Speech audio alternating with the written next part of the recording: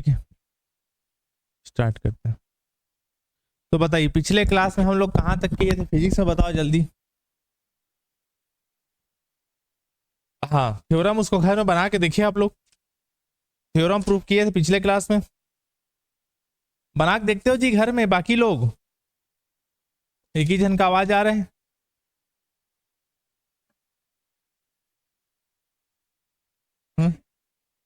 घर में बना के देखते हो और उसको बिना देखे। ठीक, अगला देखिए आपके बुक के हिसाब से। हाँ,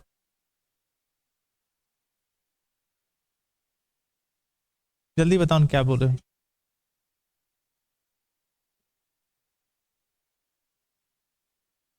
सेंटर ऑफ मास सी है उसका,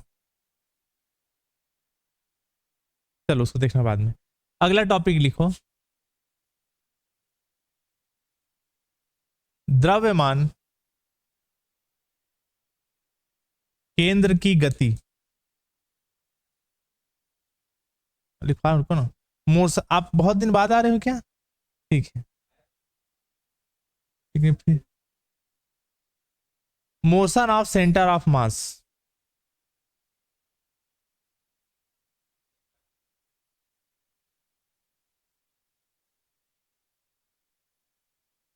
आप ग्रुप में नहीं जुड़े हो क्या? कौन से ग्रुप में? पेड बैच वाला, जुड़ जाना उसमें ना, उसमें। ठीक, देखो, द्रव्यमान केंद्र की गति, motion of centre of mass, ठीक है। तो यहां पर क्या है कि इधर देखो ध्यान से, पिछले क्लास में अगर पढ़े होगे अच्छे से तभी समझ में आएगा अच्छे से ना, मतलब इजी पड़ेगा। आप लोग देखे वीडियो को, देख लिए हो ना? ठीक, इसमें क्या है कि आपके पास एक पूरा एक सिस्टम है, एक पूरा क्या है सिस्टम। ध्यान दो इधर, आप इधर देखो, पेन कॉपी बाद निकाल, देखो इधर, इधर देखो, एक पूरा एक सिस्टम है, ठीक, जो बहुत सारे पार्टिकल से मिलके बना है। ये पूरा एक क्या है सिस्टम है ना, थ्योरी नहीं लिखा रहा हूं, समझा रहा हूं। पूरा एक सिस्टम है जो बहुत सारे क्या से मिलके बना है, पार्टिकल से मिलके बना है। बहुत सारे ऐसे पार्टिकल हैं, ठीक। इसका जो एक सेंटर जगह लेते हैं, जैसे क्या डालते थे ओ, यहां पर ओ डाल दिए, ठीक। इसके बाद इसका जो है अपन क्या करते थे बताओ, यहां पर जैसे ये पहला पार्टिकल है, इसका जो मास है उसको नाम क्या दे दिया m1, और पार्टिकल है क्या नाम दे दिया m2, और क्या है m3। ऐसे ही mi तक लिया हूं। कितना पार्टिकल लिया हूं? i particle. समझ में आ गया? तो बहुत सारे पार्टिकल हैं, उनका मास क्या क्या है बताओ, बोलो। m1, m2, m3, ऐसे mi तक पार्टिकल लिया हूं, तो मास भी mi तक हो गया। क्लियर हुआ? फिर यहां पर जो पार्टिकल है सब मूविंग पोजीशन में है। किस पोजीशन में है? घूम रहे हैं सिस्टम के अंदर। समझ में आ गया? तो कुछ ना कुछ वेलोसिटी होगा, घूम रहे हैं तो क्या होगा? वेग, वेलोसिटी। तो ठीक है, इसका वेलोसिटी मान लिए, कितना मान लिए इसका वेलोसिटी? पहले वाले का v1, इसका क्या मान लिया v2, इसका क्या मान लिया v3, ऐसी डेट डेट डेट डेट आई वाले का क्या मान लिया vi, ठीक।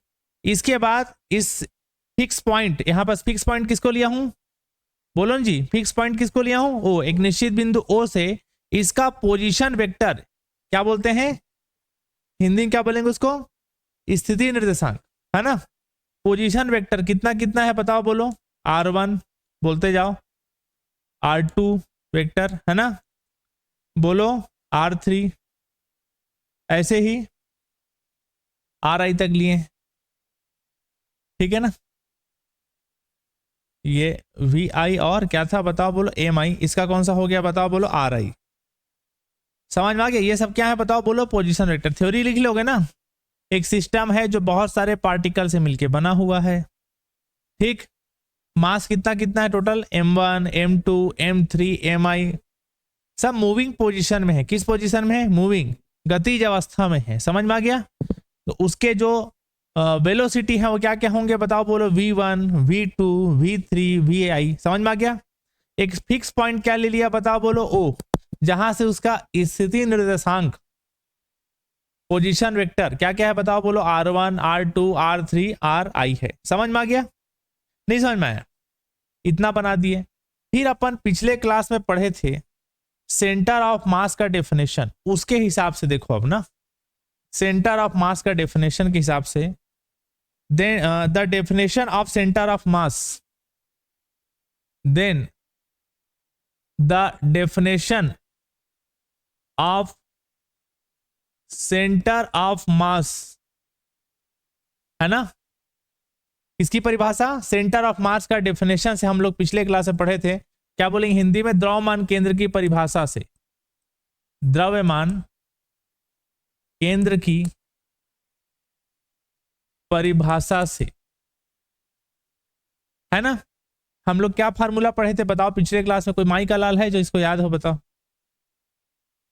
बोलो, पूरा बोलो करो। RCM, CM मतलब सेंटर ऑफ मास, समझ में आ गया ना? चलो पिछले क्लास में प्रूफ किए हैं ना, 2 के लिए प्रूफ किए थे, n तक के लिए भी प्रूफ किए थे, देखे थे ना वीडियो जो लोग नहीं आए थे। चलो बताओ क्या क्या लिखते हैं, बताओ, बोलो। M1 R1 बोलते जाओ, M2 R2, और लिखोगे तो M3 R3, और डेड डेड डेड डेस कहां तक चला गया हूं यहां पास, MI RI अपॉन क्या होता है, चिल्लाओ, M1 plus M2 plus M3 डेड डेड डेड डेस MI। ऐसा लेते हैं? नहीं लेते हैं। फिर मैं ये भी बताया था कि ऊपर वाला जो पोर्शन है उसको लिखना चाहो तो समेशन में लिख दो, या फिर वैसे ही रहने देते हैं। समझ में आ रहे कि नहीं आ रहे? नहीं आ रहे समझ में? ऐसा लिख दिया, है ना। और नीचे वाले पूरा पोर्शन को कैपिटल क्या मान देते हैं, M। पिछला वाला क्लास में किए भी थे चीज, किए थे ना। M1 प्लस M2 से लेके MI तक को इकट्ठा क्या मान दिया, होल मास कैपिटल M। समझ में आ गया? इसके बाद कैपिटल M को इधर ट्रांसफर कर दिया तो क्या हो जाएगा बताओ, बोलो। M आ गया इधर, तिर्यक गुणा हो गया, और क्या हो गया बताओ, बोलो, RCM। यहां पर क्या बचा बताओ, बोलो। M1 R1 बोलते जाओ, M2 R2 बोलते जाओ, M3 R3, और डेड डेड डेड डेस MI और RI। ये लिख दिया। इसको मैं डाल दिया equation number first. Equation number क्या डाल दिया, फर्स्ट। इसके बाद आप क्या करो, आप इक्वेशन नंबर फर्स्ट का डिफरेंशिएशन करो। इक्वेशन नंबर फर्स्ट का क्या करो, differentiation with respect to t। मैं लिखता हूं, क्या लिखूंगा बताओ, बोलो। इक्वेशन फर्स्ट का क्या कर रहा हूं मैं, डिफरेंशिएशन, अवकलन, है ना, with respect to t। t के सापेक्ष अवकलन कर रहा हूं। किसके सापेक्ष अवकलन, t के सापेक्ष।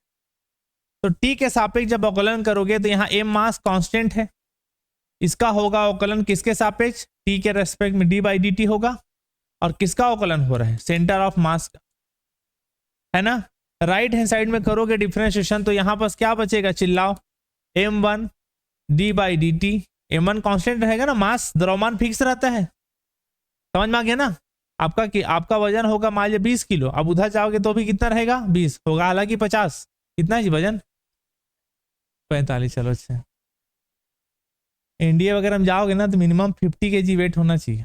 50 kg वेट नहीं रहता तो निकाल देते हैं। मेरा एक दोस्त था बिलासपुरी का था, उसको आर्मी का भारी शौक, समझते हो, शौक अति लेवल का शौक, दिन भर स्टेटस डालना, देशभक्ति, हाँ जुनून, ठीक है। दिक्कत बस ये था उस बेचारे का हाइट कम था, और हेल्थ भी बहुत कोशिश के, कई लोग रहते हैं ना बॉलीवुड जाने के बाद, जिम जाने के बाद भी नहीं बन रहा था। तो वो अब ज़्यादा पढ़ने लिखने में भी तेज नहीं था, लेकिन आर्मी में जाने का शौक था उसको।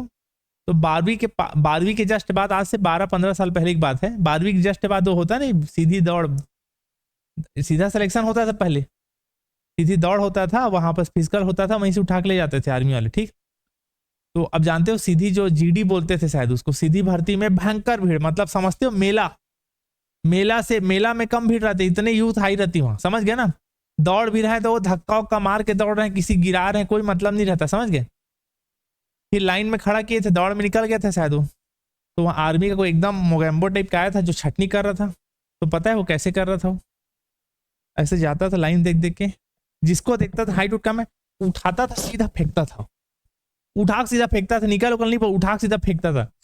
अब इसको उठाया और फेंक दिया इतना उसको बेइज्जती लगा, कान पकड़ लिया, बोला अब नहीं जाऊंगा, बोलते हैं बहुत मतलब ईगो हर्ट हो गया था उसका, मतलब बोल रहा था कि मेरे को बोलता चुपचाप निकल जाता, उठा फेंक दिया भाई, बोलता है अब छोटा सा था, समझ गए। उसको मैं बोला कि पहले देख ले हाइट उट कितना, मगर उसके बाद जाओ भी, मतलब का फालतू वहां कहाँ है परेशान होना। रात भर से जगह थे उन लोग, सुबह से भीड़ था, पूरा लाइन लगे रहता है रात भर से। खैर ठीक, चलो M1 d/dt, ठीक है ना। तो यहां पास क्या हो गया बताओ, बोलो R1। M2 यहां पास बताओ डिफरेंशिएशन टी के रेस्पेक्ट d/dt और R2। यहां पास M3 d/dt और बोलते जाओ R3। डेस क्या है अगला बताओ, बोलो MI d/dt और RI। क्लियर हुआ, नहीं आया समझ में। अब इसके बाद देखो, अब आप मुझे बताओ d/dt ये किसका फार्मूला है बताओ, बोलो d/dt R पोजीशन है, उसका अवकलन करो टी के रेस्पेक्ट में, उसी को क्या बोलते हैं बताओ, बोलो वेलोसिटी। पता है नहीं पता है, या इसी को आप लोग इस फॉर्म में भी पढ़ते आए थे, dx/dt पढ़ते थे नहीं पढ़ते थे जी? अरे किसी को पता है? डी टाइम के रेस्पेक्ट में पोजीशन में चेंजेस ही क्या कहलाता है, वेलोसिटी, है ना। नहीं आया समझ में। और एक्सेलरेशन का फार्मूला क्या होता है बताओ, बोलो टाइम के रेस्पेक्ट में वेलोसिटी में चेंजेस को क्या बोलते हैं, एक्सेलरेशन, त्वरण, है ना। चलो तो ये किसका फार्मूला होगा, बोलो बोलो जी, ये किसका होगा, v1 हो जाएगा dr/dt, और r1 का है तो इसलिए क्या बोल दिया, v1। हाँ ये लो, ठीक है ना। अगला को बताइए, बताइए बोलो M2 और dv2, है ना। अगला बताओ ये क्या हो जाएगा, अच्छा इसको लिख नहीं पाया क्या, ये क्या हो गया v2। अगला बताओ ये क्या हो गया v3। अगला बताओ MI, और ये कितना हो जाएगा vi। होगा नहीं होगा, नहीं आया समझ में। और यहां पास कैपिटल M है और d/dt यहाँ कैपिटल R है, इसलिए क्या लिख दिया बताओ, बोलो कैपिटल V। सेंटर ऑफ मास का है तो ये भी किसका होगा, सेंटर ऑफ मास का। क्लियर हो गया, नहीं आया समझ में। ये किसका फार्मूला निकला, वेलोसिटी भी फॉर्म में निकला, किस फॉर्म में निकला, वेलोसिटी। अब एक्सेलरेशन के फॉर्म में निकालो, ठीक है ना। ये जो निकला है वो क्या निकला है बताओ, बोलो द्रव्यमान केंद्र का वेग निकला, क्या निकला, द्रव्यमान केंद्र का, सेंटर ऑफ मास का क्या निकला, वेग निकला, वेलोसिटी ऑफ सेंटर ऑफ मास।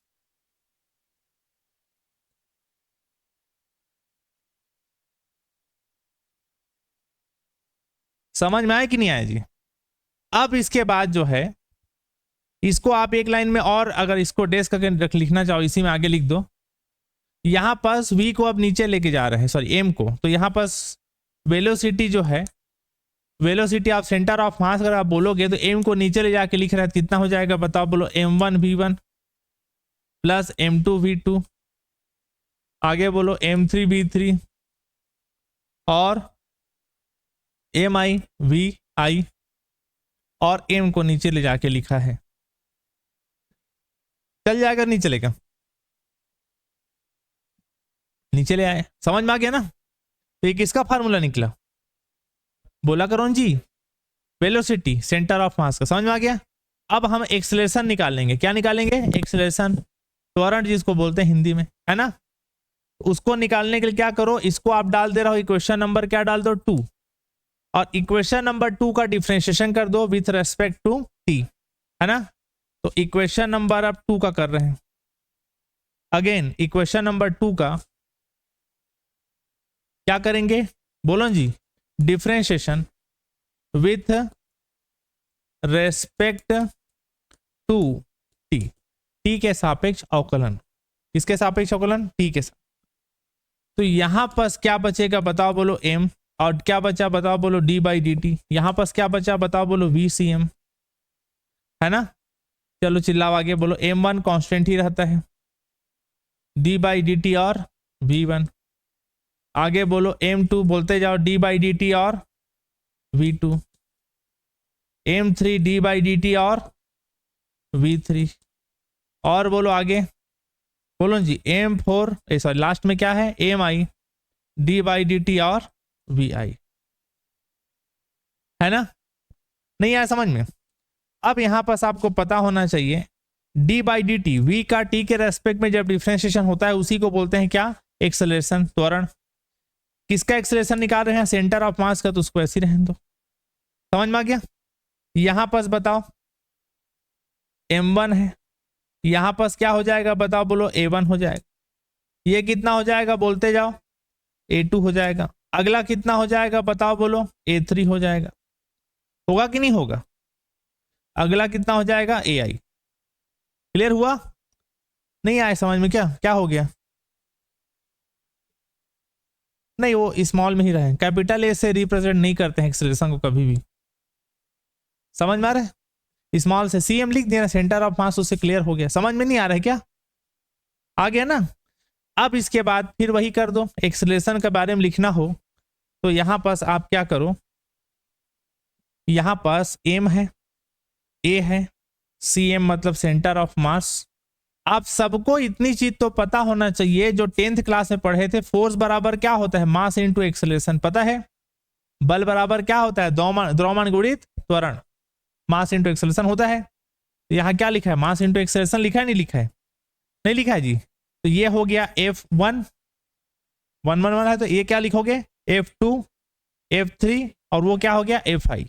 होगा कि नहीं होगा, चलो चिल्लाओ बोलो, F1 plus F2 plus F3 और डेट डेस क्या हो गया F5। क्लियर हुआ। और सबको इकट्ठा मिला के बाजू में लिख लेना, चूंकि F इजिकल टू में होता है बोल के ऐसा हुआ, ठीक। और सबको इकट्ठा मिला के हम लिख देते हैं समेसन, क्या लिख दिया बताओ बोलो, एफ आई लिख रहा है, अच्छा एन तक ले जाता है, इसको कहीं बार बार चेंज करते हैं लोग, चलो एन लिख देते हैं, और I is equal to N is equal to लिख देता हूं 1 to i। चल जाएगा ना, एन का वैल्यू 1 रखो ये मिलेगा, 2 रखो ये मिलेगा, 3 रखो ये मिलेगा, आई रखोगे तो वो मिलेगा। नहीं आ रहा है क्या समझ में, एन बराबर 1 रखो ना, ये दिखाई दिया, 2 रखो ये दिखाई दिया, 3 रखो ये दिखाई दिया, और एन बराबर लास्ट में आई रखोगे तो क्या दिखाई देगा F5। इसको खोलने में पहले जैसा आना चाहिए ना भाई, नहीं आया समझ में। इसको मिला के मैं ऐसा लिखा हूं ना, तो इसको ओपन करूंगा तो पहले जैसा आना चाहिए, नहीं आना चाहिए। नहीं आ रहा समझ में क्या, अरे बोलो जी, समझ में आया कि नहीं, आ गया ना, ठीक। तो यहां पास फिर एक लाइन इसको क्या कर रहा है वो, यहां पास फिर A C M is equal to summation जो है F N, I is equal N is equal to क्या लिखा है वो 1 to i, और एम को नीचे ला दिया, ए एम को नीचे लाया, ऐसा। क्लियर हुआ। तो ये किसका फार्मूला हो गया बताओ बोलो, किसका फार्मूला हो गया, सेंटर ऑफ मास में किसका फार्मूला है, एक्सेलरेशन का। तो एक्चुअली इसको बोलते हैं मोशन ऑफ सेंटर ऑफ मास बोलते हैं, इसको क्या बोलते हैं बताओ बोलो, motion of centre of mass, motion of centre of क्या बोलेंगे, मास। और ये जो है इसको बोलेंगे सम ऑफ फोर्स।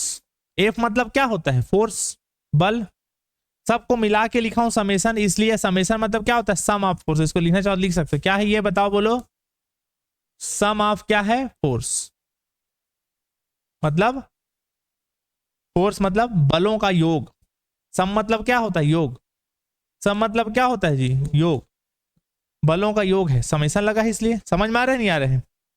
ये जो कैपिटल एम है ये क्या है बताओ बोलो, टोटल मास है, टोटल क्या है, मास, क्योंकि M1 M2 से लेके सारा M को मिला के क्या नाम दे दिए थे बताओ बोलो, कैपिटल एम, इसलिए वो टोटल मास है। समझ में आ गया। तो हमको जो निकालना था मोशन ऑफ सेंटर ऑफ मास, जरा देखो ध्यान से, मोशन ऑफ सेंटर ऑफ मास वो आप निकाल के दिखा दिए, आपको इसमें यही निकालना था। बहुत अटक रहा है जी, motion of centre of mass, इसमें यही निकालना था आपको, क्या निकालना था, motion of centre of mass, ठीक है, ठीक है, पहले ही पेशन motion of centre of mass निकालना, तो निकाल के मैं दिखा दिया। क्लियर हो गया, नहीं आज जी समझ में, ठीक। आगे देखिए थोड़ा, रुको भैया, आगे देखो। अब जो है केंद्रीय बल की बात करता हूं मैं, किसकी बात करूंगा, केंद्रीय बल।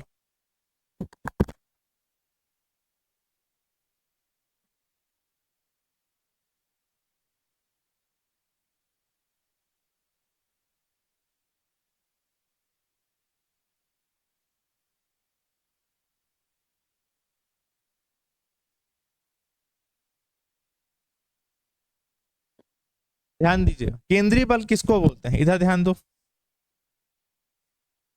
कि मान लीजिए कोई पार्टिकल है जो यहां से यहां ऐसे मूव कर रहा है, अभी यहां पास पहुंचा है, मान लीजिए तो एक पार्टिकल है जो यहां से चलना चालू किया, ऐसे मूव कर रहा है अपने पाथ पे, अभी कहां पास पहुंचा है, यहां पास पहुंचा है, क्लियर हुआ। और ये कोई एक फिक्स पॉइंट है, वो क्या है एक बताओ बोलो, फिक्स पॉइंट। कोई एक पार्टिकल है जो इधर से इधर ऐसे क्या कर रहा है, मोशन कर रहा है, देख लो जी बाद में लिखना वैज्ञानिक लोग। वो क्या है यहां पास बताओ बोलो, एक फिक्स पॉइंट है।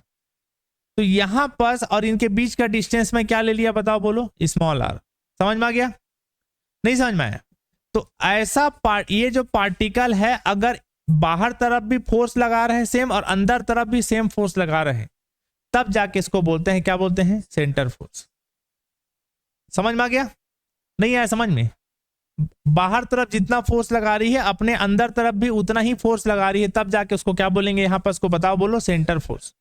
लेकिन बाहर तरफ जो फोर्स लगा रही है जितना डिस्टेंस पे, अंदर तरफ जितना डिस्टेंस है फोर्स लगा रही है, उसमें डिस्टेंस सेम होना चाहिए।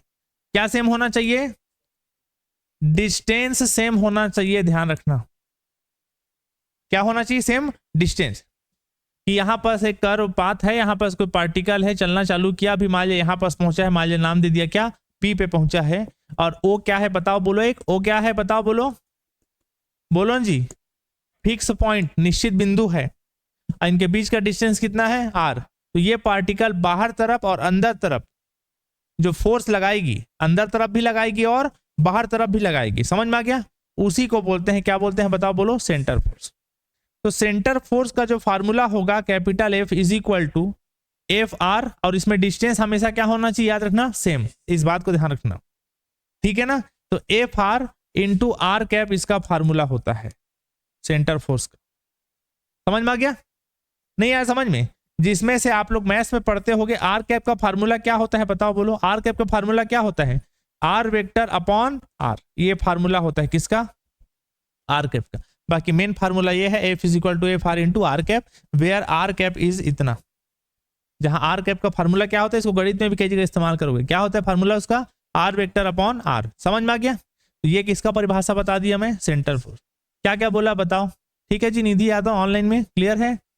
हाँ, नहीं नहीं जरूरत नहीं इसमें, यहाँ पर बस इतना ही करो, इसका कोई एग्जाम्पल नहीं पूछते, 1 नंबर 2 नंबर के लाइक बता रहा हूँ, ठीक है ना? क्या क्या बोला बताओ बोलो, बताओ ना जी। हाँ, मतलब कोई पार्टिकल है जो चल रहा है, मान लिया यहां पास पहुंचा है, एक फिक्स पॉइंट ओ से, इसका डिस्टेंस कितना है, आर। तो इस बाहर तरफ का जो फोर्स, अंदर तरफ का फोर्स आपस में क्या हो, मतलब दोनों तरफ लगे, अंदर बाहर दोनों साइड लगे, तब जाके सेंटर फोर्स बोलेंगे, जिसमें डिस्टेंस आर क्या होना चाहिए, सेम होना चाहिए। जिसका फार्मूला ये होता है, F is equal to F R into R cap, where R cap is इतना। समझ में आ गया? ठीक, आगे देखिए, इसमें आप सेंटर फोर्स के प्रॉपर्टी पढ़ते हैं, केंद्रीय बल के गुण, ठीक है ना?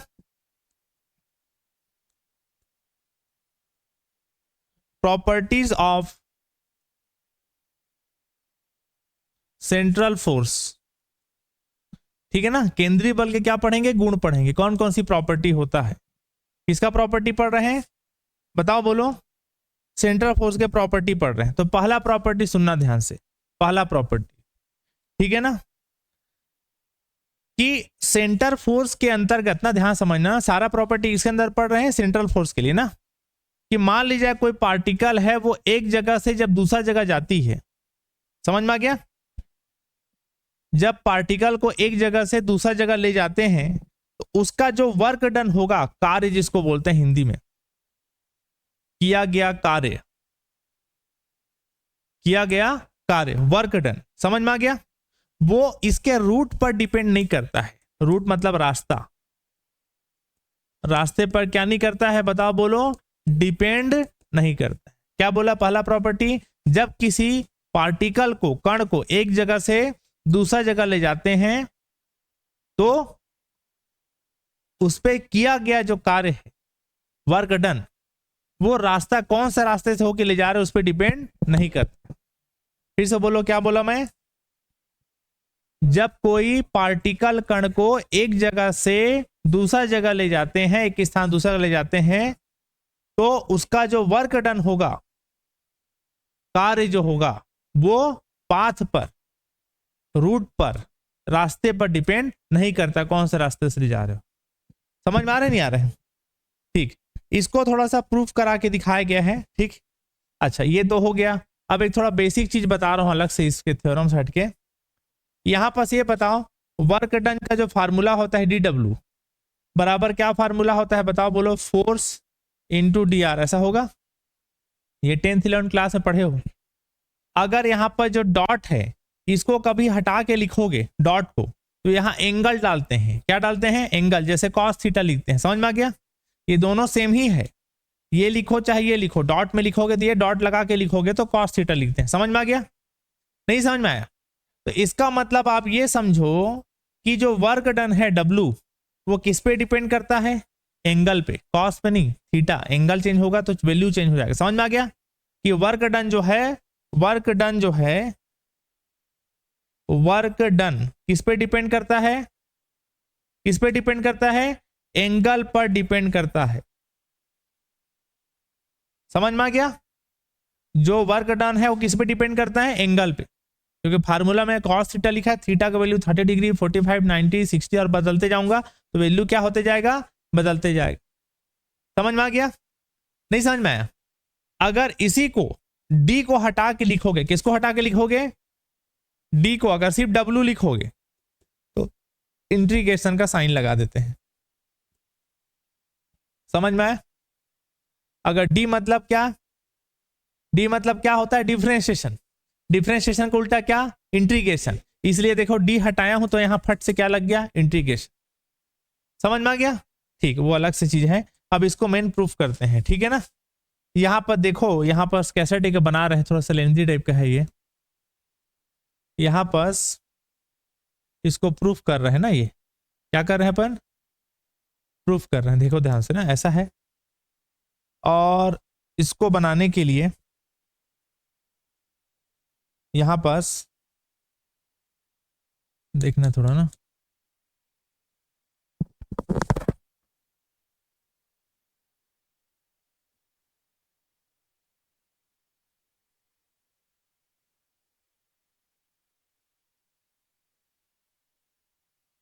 मैं यहाँ पास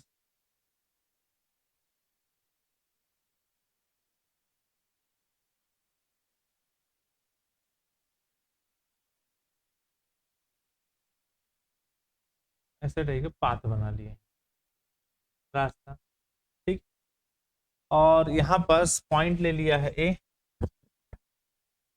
यहां पास पॉइंट क्या ले लिया है A, और यहां पास पॉइंट क्या ले लिया है B। ठीक है ना?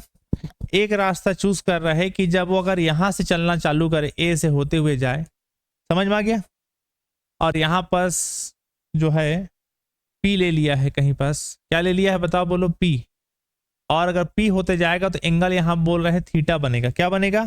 थीटा 1, सॉरी, क्या बनेगा बोल रहे हो? थीटा 1 बनेगा बोल रहे हैं। और होते हुए फिर वो कहां पर जाएगा बताओ, बोलो, B पर जाके मिले। मतलब A से B जाना है फाइनली। एक रास्ता किससे थ्रू होते जा रहा है? P से होते जा रहा है, जहां एंगल कितना बन रहा है? थीटा। और कहां पर जा रहे हैं? B पर जा रहे हैं। एक दूसरा रास्ता चूज कर रहा है कि अगर वो इधर से होते जाए, ऐसा। समझ में आ गया? तो यहां पास इधर से होते जाएगा तो इसको एक्चुअली ऐसे मिलाया है वो, तो डायग्राम अजीब टाइप का बनाए, सबकी जरूरत नहीं था, लेकिन जैसा बताया वैसे बता रहा हूं। ठीक है ना? क्लियर हुआ? एक दूसरा रास्ता वो चूज कर रहा है कि वो Q से होते जाए। कहां से जाए? Q। A से होते कहां जाएगा बताओ, बोलो, Q। और Q से होते कहां पास पहुंचेगा? B पर। तो जब Q से होते जाएगा तो यहां पास एंगल को बता रहे कि थीटा 2 बनेगा। क्या बनेगा? थीटा 2। बस इतनी सी बात है और कुछ नहीं। समझ में आ गया ना?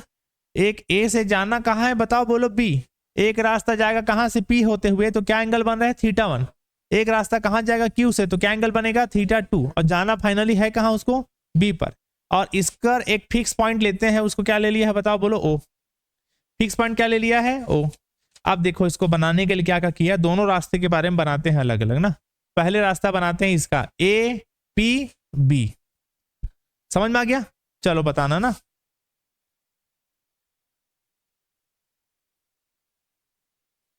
चलो बताना आप लोग ना।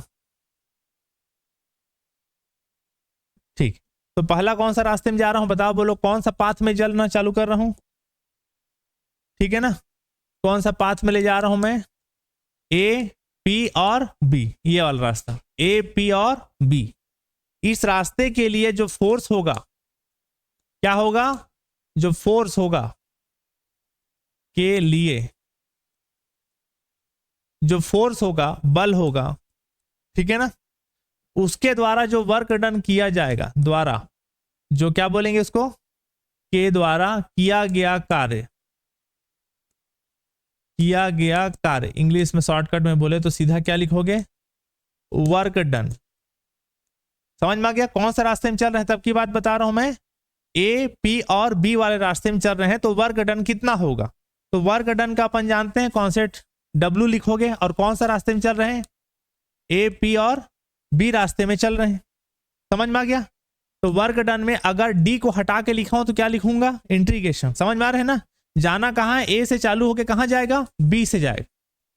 समझ में आ गया ना, एक चालू कहां जाएगा, बी। लिमिट में शुरू जहां चालू हुए और जहां खत्म हुए वही डालते हैं लिमिट, इतना तो पता होगा ना आप लोग को। जहां चालू हुआ और जहां पर क्या है खत्म होना, ए चालू हुआ और कहां पर खत्म होगा, बी पे। अब फार्मूला आप जानते हो, एफ इंटू क्या होता है, डी आर। क्योंकि एक स्पेशल डायरेक्शन में फोर्स लग रहा है, इसे डायरेक्शन डाल दिया। और चूंकि इस रास्ते को R1 बोल दे रहे हैं, कौन सा रास्ता बोल दे रहे हैं, डिस्टेंस। R1 क्या है, डिस्टेंस। यहां से चलते हुए यहां गए, उसको नाम क्या दे दिया बताओ, बोलो R1। क्लियर हुआ, क्या नाम दे दिया बताओ, बोलो R1। ठीक है, तो यहां पर सब ध्यान दीजिएगा, R1 बोल दिए। तो अब बताओ आगे। फिर आपको मैं ये भी बताया था कि डॉट को हटा के लिखूंगा, क्या को हटा के लिखूंगा, डॉट को। तो क्या लिखते हैं बताओ, बोलो कॉस। इस तरफ को क्या लिखूंगा, कॉस थीटा 1। क्या लिखूंगा, कॉस थीटा 1। समझ में आ रहे नहीं आ रहे, क्लियर हुआ। इसको मैं डाल दिया equation number first, equation number first. अब जो है दूसरा तरफ के लिए बताओ, यही सेम काम चीज बताओ, बोलो दूसरा कौन सा रास्ते में जाना है बताओ, बोलो ए क्यू बी, है ना। तो उसको लिखता हूं, बोलो सेम ऐसी, ए क्यू और बी के लिए, for path A Q B के लिए जो बल होगा, द्वारा किया गया कार्य, यानी वर्क डन।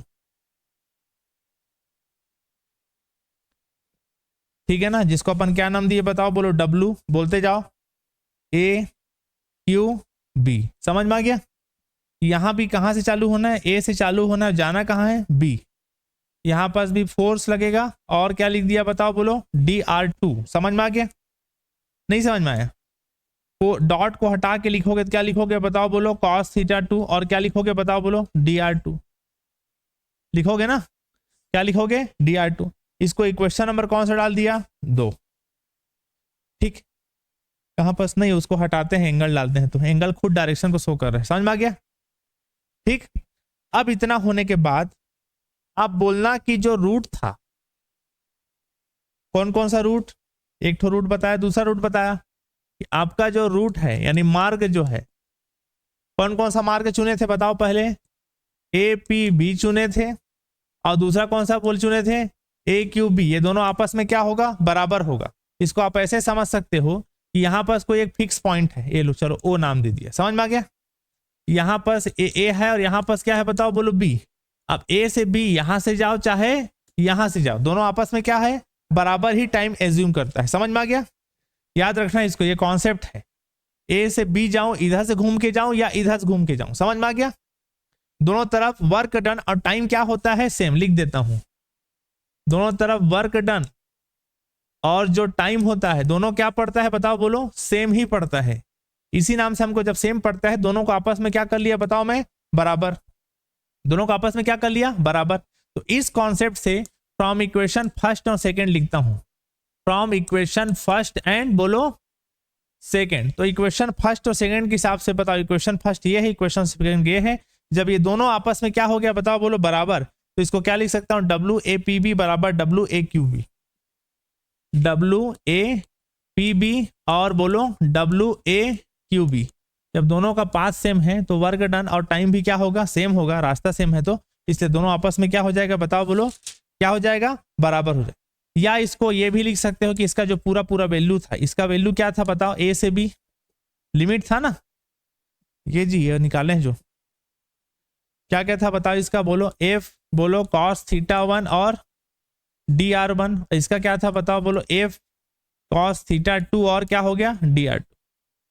समझ में आ गया। तो यही चीज इसमें अपन को प्रूफ करा के दिखाना था। क्या प्रूफ करा के दिखाना था बताओ, क्या बताया था मैं आपको यहां पर कि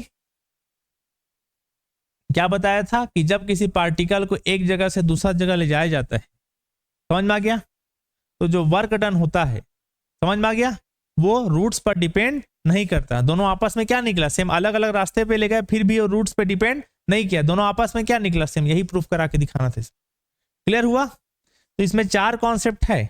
इसमें पहला कॉन्सेप्ट ये था, अब इसमें दूसरा कॉन्सेप्ट है एक छोटा सा ना, ठीक है। दूसरा, पहला कॉन्सेप्ट क्या पता है, समझ में आ गया। पहला कॉन्सेप्ट क्या पता है, बोलो कि जब किसी पार्टिकल को एक जगह से दूसरा जगह ले जाया जाता है तो जो वर्क डन होता है, कार्य, वो रूट्स पर डिपेंड नहीं करता है। समझ में आ गया। चाहे आप इधर से इधर ले जाओ ऐसे, चाहे इधर से इधर ले जाओ ऐसे। समझ में आ गया। ठीक, इसके बाद अगला जो है एक दूसरा कॉन्सेप्ट है इसमें, सेकंड नंबर, उसको लिखता हूं पहले। टोटल 4 कॉन्सेप्ट है। केंद्रीय बल द्वारा एक बंद पथ। आप में से कोई परीक्षा बोध लियो क्या, नया वाला रखे हो क्या फिजिक्स का, आज लाए हो कोई, लाए हो क्या? ठीक, रुक जाना, दिखाना लास्ट में। बंद पथ में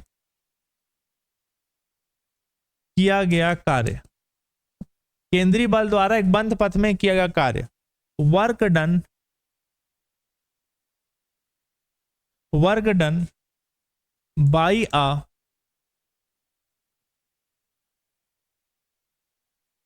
central force in closed path is 0।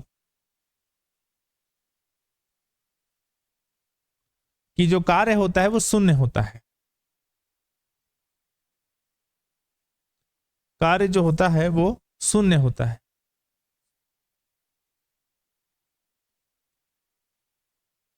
क्या मैं बोला, समझ में क्या? केंद्रीय बल द्वारा एक बंद पथ में किया गया कार्य कितना होता है, 0 होता है। कोई सेंट्रल फोर्स में अगर वर्क डन होगा क्लोज्ड पाथ में, वो कितना होता है बताओ, बोलो 0 होता है। तो इसको आप ऐसे समझ सकते हो, आपको अगर इसको लिखना होगा तो पूरा थ्योरी को लिखना पड़ेगा, पूरा इतना इतना ये जो बताया था ये वाला, ये पूरा आपको लिखना पड़ेगा। समझ में आ गया। मैं अब इसको बना चुका हूं, इसे डायरेक्ट लिख रहा हूं, ठीक है। हाँ, अगर इसको लिखना हो सेपरेट तब की बात बता रहा हूं, ठीक। तो ध्यान दीजिए, हम वर्क कर रहे हैं पहले कहां से कहां जाने के लिए, ए से बी। समझ में आ गया। दूसरा रास्ता अगर मैं चुनूं कहां से कहां जाने के लिए, बी से अगर मैं कहां आ रहा हूं, ए, अगर मैं ए से कहां गया, बी, तब तो ठीक है। और बी से कहां आ रहा हूं बताओ, बोलो ए। ये क्लोज्ड पाथ हुआ, क्या हुआ, क्लोज्ड पाथ। यहां से यहां गए, यहां से यहां गए, क्या बन गया, बंद पथ, क्लोज्ड पाथ। समझ में आ गया। तो पहले कहां से कहां गए, ए से बी गए, फिर वापस कहा है बी से ए आए, वापिस आ रहे हैं, इसलिए सामने क्या लगा दिया, माइनस, अपोजिट डायरेक्शन के नाम से डाला हूं। समझ में आ गया। ठीक, तो यहां पर जो टोटल जो W होगा, वर्क डन जो होगा जाने में और वापिस आने दोनों को, तो दोनों को मिला के क्या लिखूंगा, W A to B गए। समझ में आ रहे हैं ना, W A to B गए, अब प्लस क्या किए, W B से A आए। अब बोलना ये माइनस को मत लिखना ना, ये माइनस सिर्फ बताने के लिए था कि वो अपोजिट डायरेक्शन में है। समझ में आ रहे हैं ना, वो माइनस सिर्फ बताने के लिए था, क्या, अपोजिट डायरेक्शन। तो इसका जो वर्क हो, अगर इन दोनों को अगर आप जोड़ दोगे तो वैल्यू क्या निकलेगा बताओ, बोलो 0। वैल्यू क्या निकलता है, 0। आप खुद सोचो ना जी, ये माइनस किधर लाओगे क्या हो जाएगा, प्लस। आप समझो ना, ऐसा x है और यहां पर क्या है, -y, तो इसको लाओगे यहां तो क्या बचेगा, 0 बचेगा ना। तो दोनों को ऐसे जोड़ोगे तो क्या निकलेगा बताओ, बोलो 0। तो यहां पर जो W है, W का वैल्यू इतना है, ये इसका वैल्यू 0 है, तो W का वैल्यू क्या लिखते हैं बताओ, बोलो F × dr बराबर क्या हो गया, 0। नहीं आएगा समझ में, इसको लिखा हूं, इसका फार्मूला ये होता है, ये क्या निकला बताओ, बोलो 0। समझ में आ गया ना। या इकट्ठा यहां पर लिख देता हूं, W बराबर क्या निकला, 0। यही आपको बना के दिखाना था कि जो कार्य होता है क्लोज्ड पाथ में कितना निकलता है, 0। समझ में आ गया कि एक क्लोज्ड पाथ जो है ना, सेंट्रल फोर्स के अंतर्गत एक क्लोज्ड पाथ होता है, उसमें जो वर्क डन होगा W, वो क्या निकलता है बताओ, बोलो 0। समझ में आ गया? 2 ठो हो गया, तीसरा फिर बनाएंगे अपन, पहले इतना नोट कर लो। 2 ठो हो गया, ठीक है क्या? नहीं नहीं नहीं, लिखो लिखो लिखो, चलो यहां से चालू करो लिखना। ठीक है जी, ऑनलाइन में थोड़ा रिप्लाई कर दो एक बार।